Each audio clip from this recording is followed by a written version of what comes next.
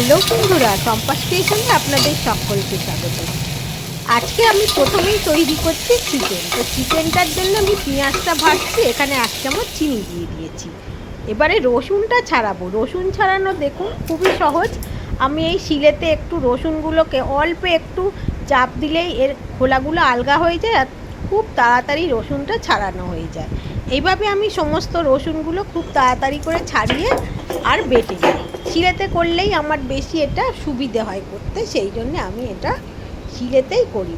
সমস্ত রসুন আমি এইভাবে ছাড়িয়ে নিচ্ছি আর নিয়ে বেটে নিচ্ছি। রসুনটা বেটে নেবো, তারপরে আর একটা মশলা তৈরি করব। এখানে নিয়েছি আদা, শুকনো লঙ্কা, কাঁচা লঙ্কা। এই আদা, শুকনো লঙ্কা, কাঁচা লঙ্কাটাও আমি একসাথে বেটে নেব, কারণ মাংসতে একটু মশলা বেটে দিলে খুব ভালো খেতে হয়। তো এখন আদাগুলো একটু থেঁতো করে নিয়ে এই শুকনো লঙ্কা আর কাঁচা লঙ্কা দিয়ে একসাথে বেটে নিচ্ছি। এখন দেখুন মশলা বাটা হয়ে গিয়েছে। এবারে এটা মাংসটা বসিয়ে দিয়েছি। এবারে আমি আর একটা কড়া বসিয়েছি, তাতে আমি এখানে ভাজছি উচ্ছেটা কিন্তু এখানে রাঙা আলু দিয়ে ভাজছি। তো রাঙা আলু দিয়ে উচ্ছেটা ভাজলে খুবই ভালো খেতে লাগে, সেই জন্যে প্রথমে রাঙা আলুটা দিয়েছি, তারপর উচ্ছেটা দিয়ে এই দুটো প্রথমে খুব ভালো করে একটু গ্যাসটা জোর করে রেখেই ভালো করে ভেজে নেব।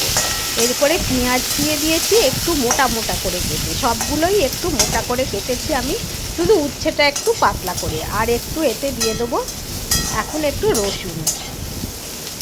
রসুনও আমি একটু থেঁতো করে দিয়েছি, আর একটু দিয়ে দিলাম হলুদের গুঁড়ো দিয়ে এটা ভালো করে আবারও নেড়েচেড়ে এবার একটু গ্যাসটাকে আস্তে করে দিতে হবে, না হলে পুড়ে যাবে।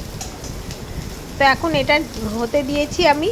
তো এবারে আস্তে আস্তে করে এটা হচ্ছে, আর এখানে দিয়ে দেবো টমেটো কুচি আর কাঁচা লঙ্কাটাও কেটে দিয়েছি যাতে একটু ঝালটা বেরোয়। পরিমাণ মতো নুন দিয়ে দিলাম, দিয়ে একটু শুকনো লঙ্কা দিয়ে দেবো, দিয়ে খুব ভালো করে ভাজবো। এটা সব কিছুর সাথেই খুব ভালো লাগবে খেতে, ভাত রুটি সব কিছুর সাথেই, কারণ এটা খুবই টেস্টি হয়।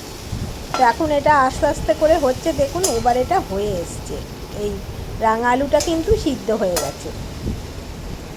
আর এবারে একটু পাতিলেবুর রস এতে দিয়ে দেবো। পাতিলেবুর রসটা দিলে খেতে খুবই ভালো হবে।